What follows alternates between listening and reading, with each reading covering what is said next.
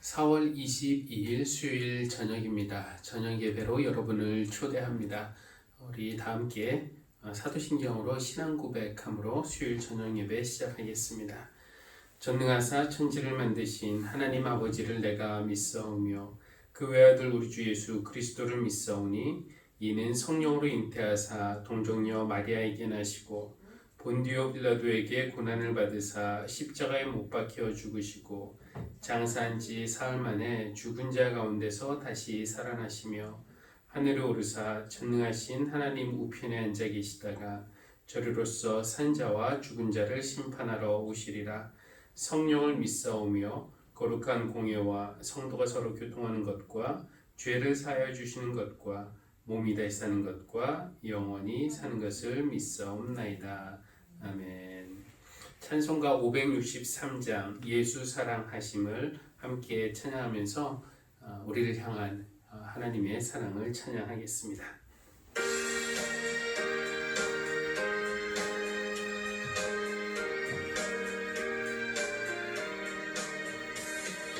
예수 사랑하심을 성경에서 배웠네.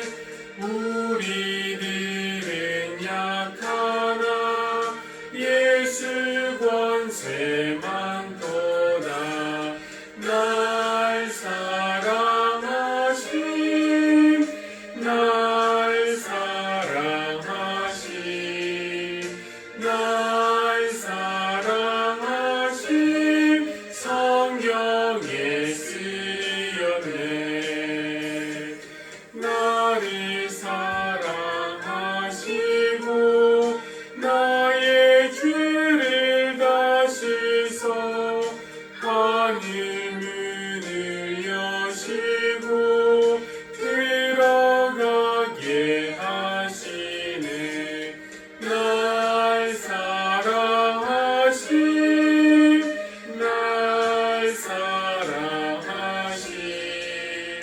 날 사랑하심 성경에 쓰였네. 내가 연약할수록 더욱 귀히 여기사 높은 보좌 위에서 낮은 나를 보시네. 날 사랑하심 날 사랑하심 날 사랑하심 성경에 쓰였네. 세상 사는 동안에 나와 함께 하시고 세상 떠나가는 날 천국 가게 하소서. 날 사랑하심 날 사랑하심 날 사랑하심 성경에 쓰였네.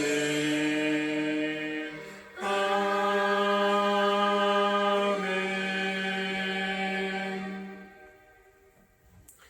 오늘 함께 나눌 하나님의 말씀은 요한복음 13장 21절부터 마지막 절까지입니다.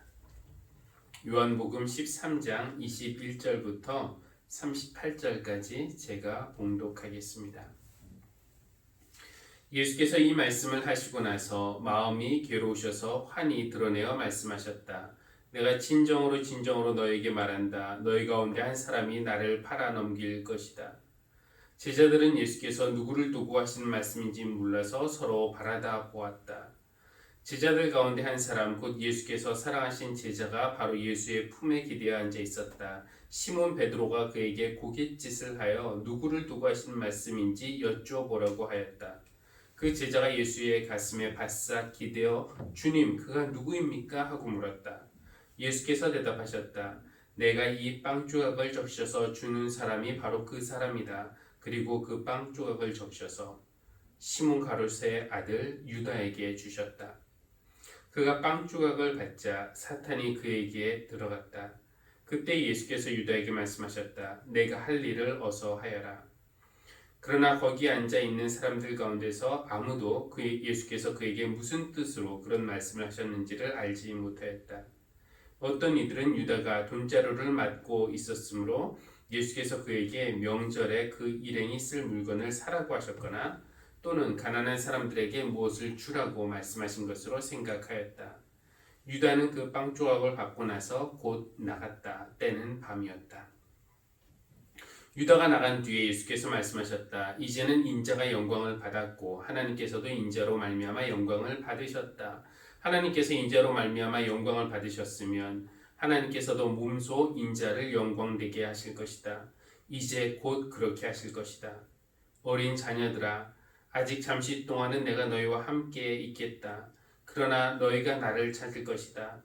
내가 일찍이 유대 사람들에게 내가 가는 곳에 너희는 올 수 없다 하고 말한 것과 같이 지금 나는 너희에게도 말하여 둔다. 이제 나는 너희에게 새 계명을 준다. 서로 사랑하여라. 내가 너희를 사랑한 것 같이 너희도 서로 사랑하여라. 너희가 서로 사랑하면 모든 사람이 그것으로써 너희가 내 제자인 줄을 알게 될 것이다. 시몬 베드로가 예수께 물었다. 주님 어디로 가십니까? 예수께서 대답하셨다. 내가 가는 곳에 내가 지금은 따라올 수 없으나 나중에는 따라올 수 있을 것이다. 베드로가 예수께 말하였다. 주님, 왜 지금은 내가 따라갈 수 없습니까? 나는 주님을 위하여서는 내 목숨이라도 바치겠습니다. 예수께서 대답하셨다. 내가 나를 위하여 내 목숨이라도 바치겠다는 말이냐? 내가 진정으로 너에게 말한다. 닭이 울기 전에 너는 3번 나를 모른다고 할 것이다. 아멘. 요한복음 13장 앞부분에서 예수님이 제자들의 발을 씻기신 이야기는 우리가 얼마 전 고난주간 새벽에 다뤘기 때문에 오늘 이 시간에는 반복하지 않겠습니다. 다만 예수님께서 제자들의 발을 씻기신 후에 그들과의 대화 중에 의미심장한 내용을 말씀하십니다. 오늘 읽진 않았는데 10절에서 너희는 깨끗하다. 그러나 다 그런 것은 아니다. 예수님이 가룟 유다를 염두에 두고 하신 말씀이라는 것을 우리는 알지만 다른 제자들은 아직 몰랐습니다. 오늘 읽은 21절에서 예수님은 다시 한번 더 구체적으로 말씀하시죠. 너희 가운데 한 사람이 나를 팔아 넘길 것이다. 제자들은 어리둥절하고 또 궁금하기도 했지만 겁도 났을 겁니다. 아무도 직접 여쭤보지는 못하고 서로 쳐다만 보았습니다. 마침 예수님 바로 옆자리에 요한이라는 제자가 있었는데 그는 예수께서 사랑하시는 제자로 나와 있죠. 몇 자리 떨어져 있는지 모르겠지만 조금 떨어져 있던 베드로가 요한에게 고갯짓을 했습니다. 누군지 살짝 물어보라고. 그래서 요한이 물었고 예수님은 내가 이 빵 조각을 적셔서 주는 사람이 바로 그 사람이다 라고 말씀하시는데 작은 소리로 말씀하신 것 같아요. 요한만 알아들을 수 있을 정도로. 그러면서 그 빵 조각을 적셔서 가롯 유다에게 주시면서 내가 할 일을 어서 하여라 이렇게 말씀을 하십니다.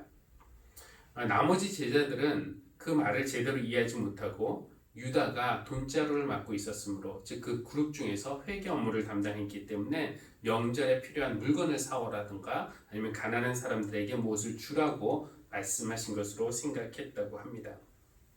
그러니 예수님이 그 말씀을 하신 후에 유다가 밖으로 나가도 아무도 다른 의심을 하지 않았던 겁니다.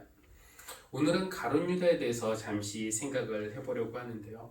예수님의 12제자 중에 한 명으로 선택을 받았지만 그 영광스러운 자리를 잃어버린 사람입니다. 가룟 유다는 예수님의 십자가 죽음을 통해 이루시려는 그 하나님의 구원 계획에 필요한 연결고리의 역할을 하기는 했지만 그렇다고 해서 그의 죄가 정당화되는 것은 아닙니다. 사람은 어느 누구도 완벽하지는 않습니다. 누구나 실수하고 누구나 잘못 저지릅니다. 다만 실수와 잘못을 되풀이하는 사람이 있고요. 또 그 잘못을 깨닫고 멈추는 사람이 있을 뿐입니다. 완벽하지 않기로 따지면 13장 뒷부분에 나오는 베드로도 마찬가지이죠. 그는 예수님을 3번 부인했을 뿐만 아니라 마가복음에 의하면 예수님을 저주하기까지 했습니다. 당신도 그와 한패이지요? 라는 질문에 마가복음은 베드로는 저주하고 맹세하여 나는 그를 모로 이렇게 말했다고 기록하고 있습니다. 예수님 앞에서 예수님을 저주까지 한 사람입니다. 그러나 베드로는 예수님을 부인한 후에 새벽닭이 울었을 때 자신의 죄를 깨닫고 통곡했습니다. 애통해했습니다. 아파했습니다. 그리고 나중에 부활하신 주님이 베드로를 찾아오셔서 다시 한번 기회를 주셨을 때 네가 나를 사랑하느냐 이렇게 물어보심으로써 기회를 주셨을 때 그 기회를 물리치지 않았습니다. 가룟 유다에게는 돌이킬 수 있는 기회가 없었을까요? 그렇지 않았습니다. 오늘 본문을 살펴봐도 유심히 보면 유다에게도 회개할 기회가 여러 차례 있었다는 것을 우리는 알 수 있어요. 첫 번째로 예수님을 팔아야겠다는 생각이 들었을 때 그때 그 생각을 떨쳐버렸으면 됩니다. 누구나 좋지 않은 생각을 하죠. 그러나 누구나 그 생각을 실행에 옮기지는 않습니다. 누군가가 정말로 믿고 화날 때 우리에게 그 사람을 죽이고 싶은 마음, 살이를 느낄 수가 있어요. 그러나 그런 마음이 든다고 해서 누구나 살인을 하지는 않습니다. 누구나 성적인 유혹을 만날 수는 있습니다. 그렇다고 누구나 간음을 하는 것은 아닙니다. 종교개혁가인 마르틴 루터가 남긴 명언 중에 이런 말이 있습니다. 새가 머리 위로 날아오는 것을 막을 수는 없어도 그 새가 머리 위에 둥지를 트는 것은 막을 수 있다라고 말이죠. 죄에 대한 생각과 유혹이 스치듯 다가올 때 그것까지 어쩔 수는 없습니다. 그러나 실제로 죄를 짓는 데까지는 우리가 막을 수가 있다는 겁니다. 이 죄를 짓다라는 말에서 짓다라는 동사의 사전적인 의미에는 형태를 나타나게 하다라는 뜻도 있다고 합니다. 형태를 나타나게 하다. 이것이 무슨 의미일까요? 죄의 가능성 혹은 죄의 기운은 누구에게나 있습니다. 우리가 인간이라면 그런 거 다 느낄 수 있는데 그것을 우리가 원죄라고 말하는 것이겠죠. 그 죄의 기운, 죄의 가능성, 아직 어떤 형태로 나타나지 않는 그 죄의 가능성을 구체화해서 어떤 형태로 나타나게 하는 것이 죄를 짓는 것입니다. 예를 들어 가인이 동생인 그 아벨에게 미운 마음 가질 수 있어요. 하나님에게도 화가 나고 동생에게도 질투심 생기고, 그러나 그를 죽이는 행위, 즉 내 안에 있는 그 미움과 질투, 어떤 죄의 기운이 구체적으로 살인이라는 행위로 나타나게 하는 것은 죄를 짓는 것입니다. 죄는 다스려야 합니다. 하나님이 가인에게 하신 유명한 말씀이 있죠. 죄가 너의 문에서 도사리고 앉아서 너를 지배하려고 한다. 너는 그 죄를 다스려야 한다. 라고 되어 있습니다. 두 번째, 이제 유다가 또 돌이킬 수 있는 기회가 언제 있었냐면은 예수님이 유다의 발을 씻어 주실 때였습니다. 너희는 깨끗하나 다 깨끗한 것은 아니다라는 말씀을 예수님 하셨을 때 다른 사람들은 몰라도 유다는 알았을 겁니다. 내 얘기구나 라는 것을 말이죠. 만약 그때 나의 발을 씻어 주시는 주님 앞에서 주님 사실은 접니다. 제가 주님을 배신할 생각을 잠시 품었습니다 하며 회개했다면 예수님이 이런 너무 늦었다 이러면서 용서하지 않으셨을까요? 아닐 겁니다. 늦었다고 생각하는 지금이라도 돌이킬 수 있는 때입니다. 유다는 세 번째 기회도 스스로 차버렸어요. 오늘 읽은 21절, 너희 가운데 한 사람이 나를 팔아 넘길 것이다 라는 예수님의 말씀을 들었을 때, 그리고 예수님이 빵 조각을 적셔서 자신에게 주셨을 때, 그때도 그것을 안 받고 주님 제가 그랬습니다 회개했으면은 돌이킬 수 있었을 텐데 그냥 태연하게 받아 먹었습니다. 이때 사탄이 그의 마음에 들어갔다고 되어 있지만 사탄이 억지로 문 열고 들어간 것이 아니라 유다가 그 마음의 문을 열어준 것입니다. 이 가룟 유다의 이야기가 안타까운 것은 우리도 그와 많이 다르지 않기 때문입니다. 사탄은 우리로 하여금 죄를 짓도록 악을 행하도록 강제할 수는 없습니다. 그저 문에서 도사리고 앉아서 우리를 유혹할 뿐입니다.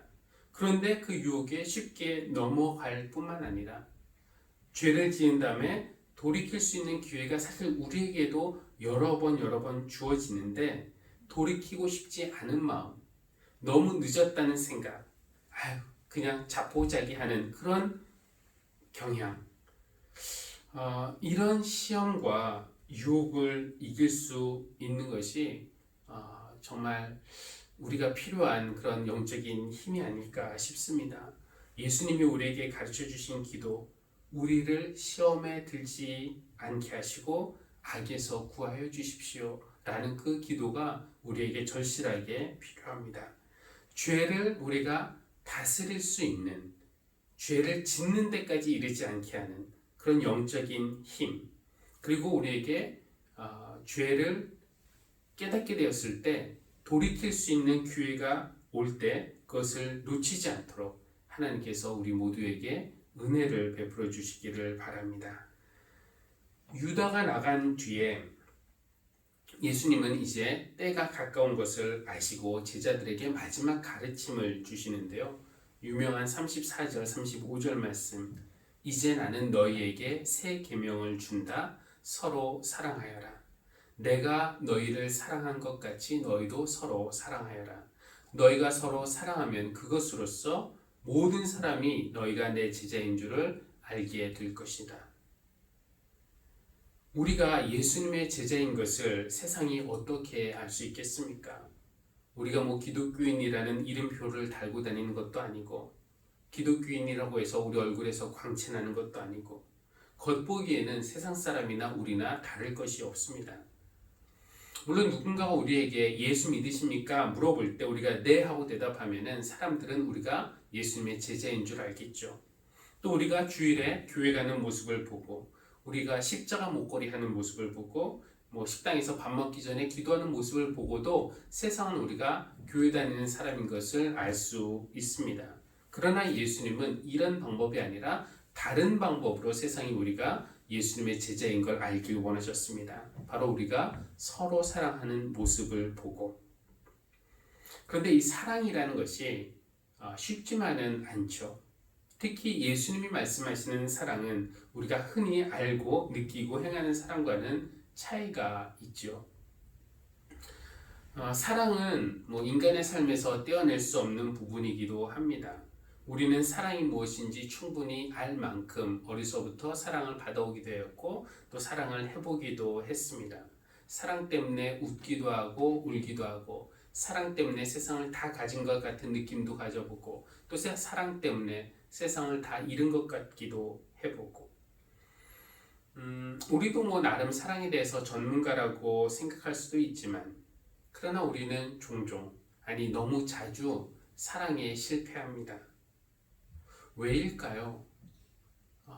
우리가 사랑에 대해서 오해하고 있는 것, 착각하고 있는 것이 있나요?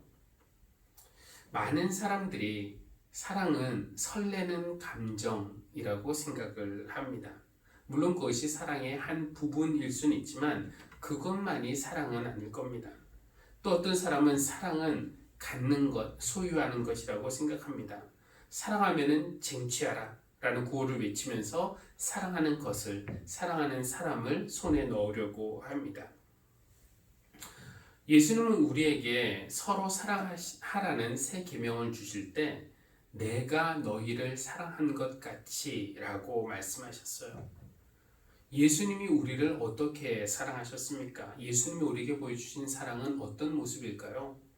그것은 마지막 식사에서 예수님이 행하신 성찬식과 세족식에서 발견할 수 있습니다. 그러니 예수님이 제자들과 함께 했던 최후의 만찬은 사랑에 대한 최후의 수업이었다라고 말할 수도 있겠죠. 성찬식은 내 몸을 먹어라, 내 피를 마셔라 라는 말로 요약될 수 있습니다. 그러니까 우리를 살리기 위해서 당신의 몸과 피, 생명 전체를 내어주시는 희생, 그것이 예수님이 우리를 사랑하신 방법입니다. 세족식은 내가 종이 되어서 형제자매를 섬기는 것, 그들의 허물을 씻어주는 것입니다. 그것이 예수님이 우리에게 보여주신 사랑의 모습이었고, 예수님이 그것을 보여주신 다음에 우리에게 내가 너희를 사랑한 것 같이 너희도 서로 사랑하라, 이런 계명을 주시는 겁니다. 테레사 수녀는 사랑에 대해서 말할 때 사랑은 아플 때까지 주는 것이라고 말했다고 합니다. 사랑은 주는 것이다. 이 말은 많은 사람들이 할 수 있는 정의이지만 아플 때까지 주는 것이란 말은 아무나 할 수 있는 말은 아닐 겁니다.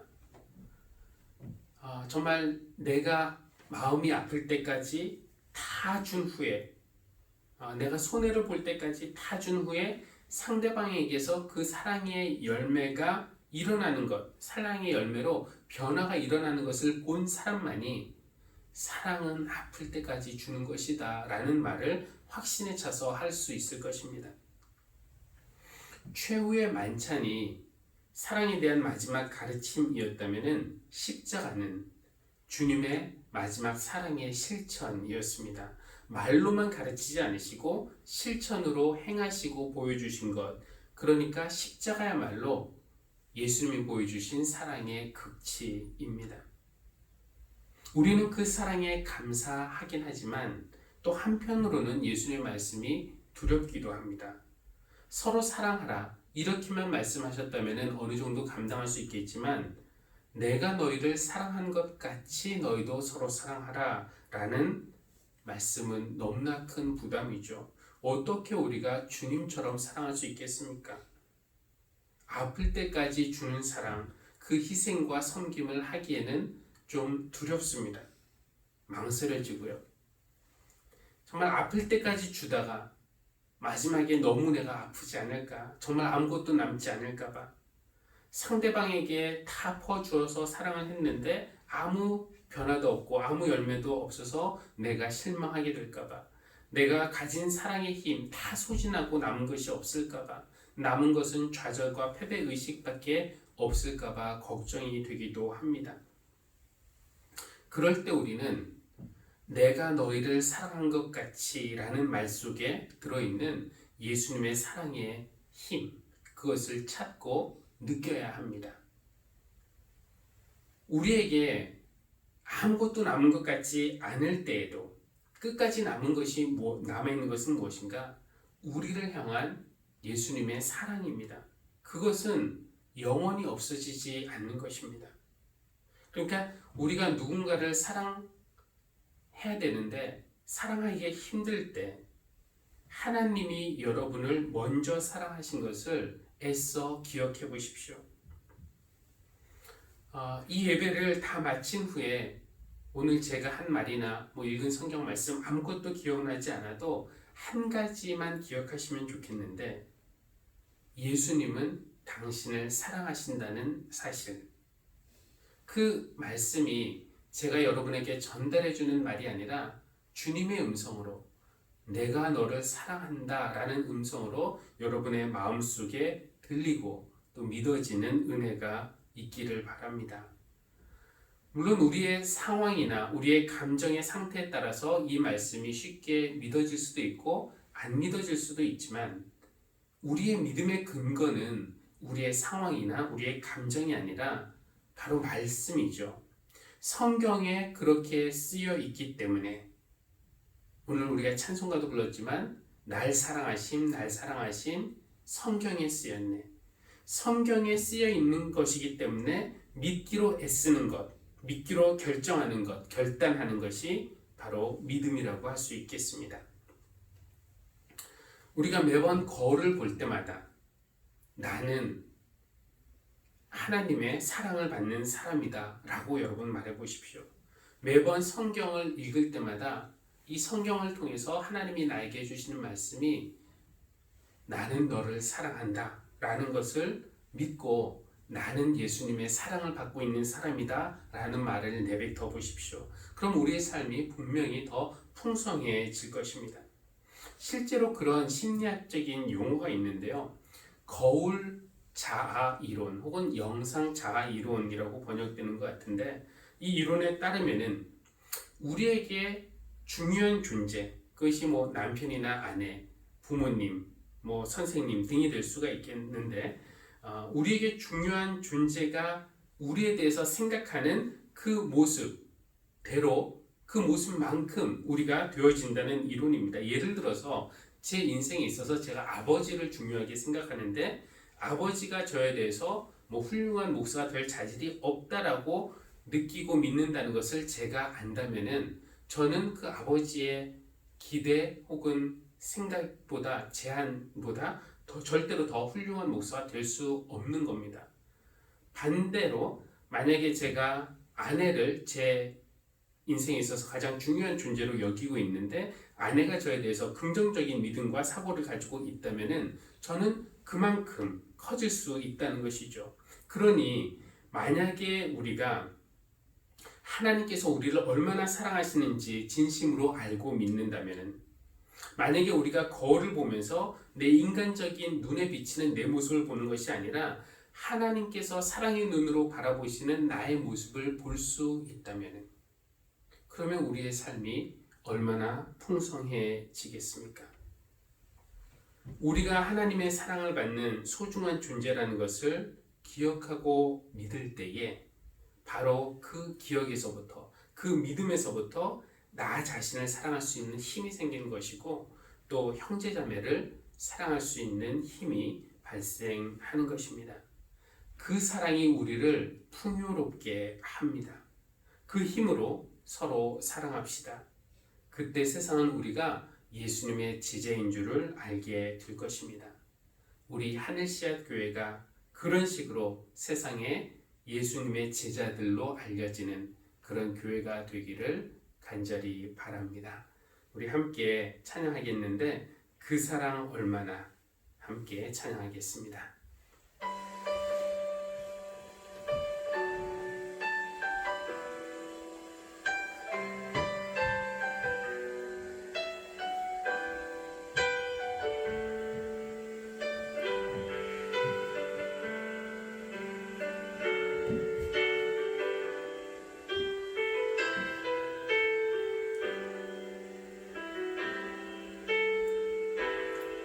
다 표현 못해도 나 표현아, 다 고백 못해도 나 고백하리라. 다 할 수 없어도 나 알아가리라. 다 참지 못해도 나 닮아가리라.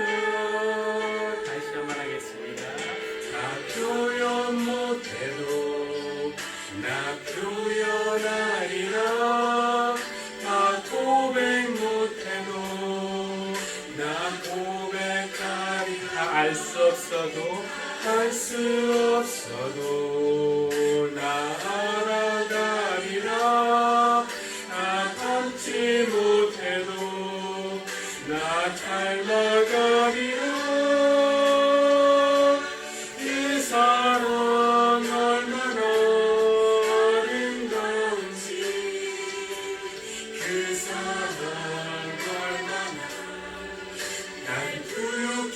하는지, 그 사랑 얼마나 길고 놀라운지를, 그 사랑 얼마나 나를 감격하게 하는지.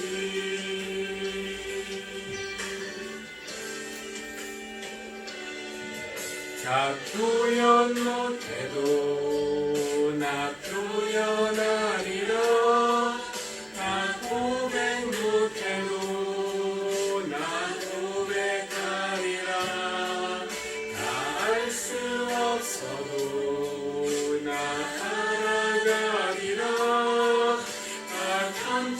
못해도 나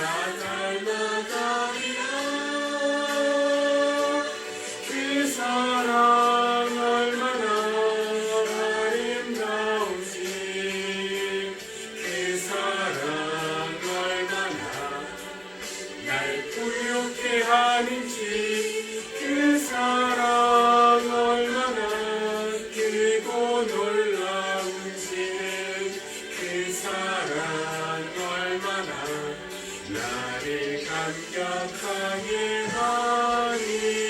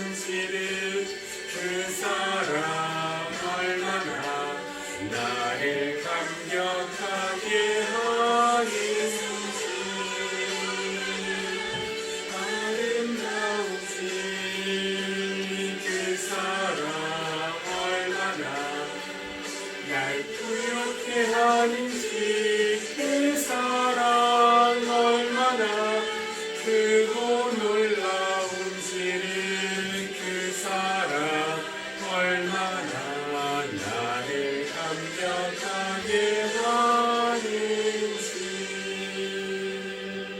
그 사랑 얼마나 나를 감격하게 하는지.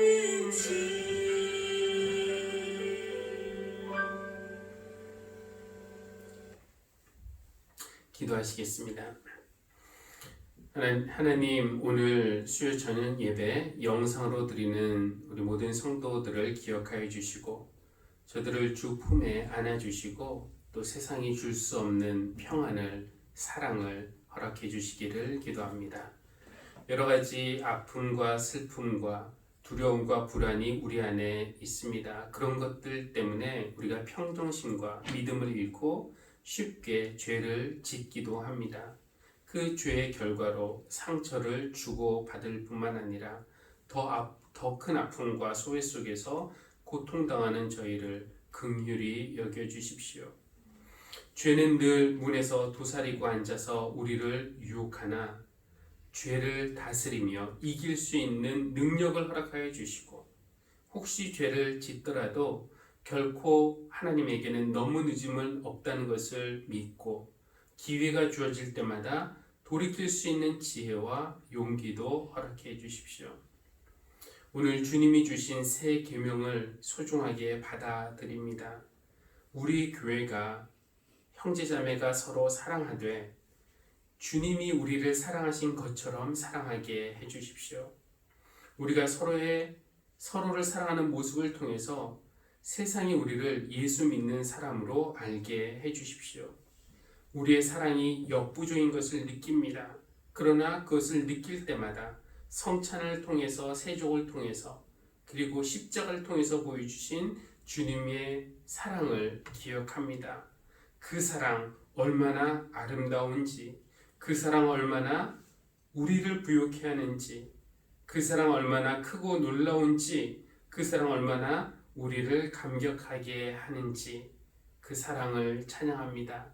온 우주의 하나님으로부터 사랑받고 있다는 확신을 갖고 그 확신에서부터 힘을 얻게 해주십시오. 사랑받고 있다는 믿음에서 사랑할 수 있는 힘이 나오는 줄 믿으니 늘 주님의 사랑 안에 거하면서 그 힘을 얻고 그 힘으로 서로 사랑할 수 있도록 인도해 주시기를 간구합니다. 예수님의 이름으로 기도합니다. 아멘. 이제는 우리 주 예수 그리스도의 은혜와 하나님의 사랑하심과 성령님의 교통하심이 오늘 예배하는 모든 사랑하는 성도님들 위해 지금부터 영원까지 늘 함께 하시기를 간절히 축원합니다. 아멘.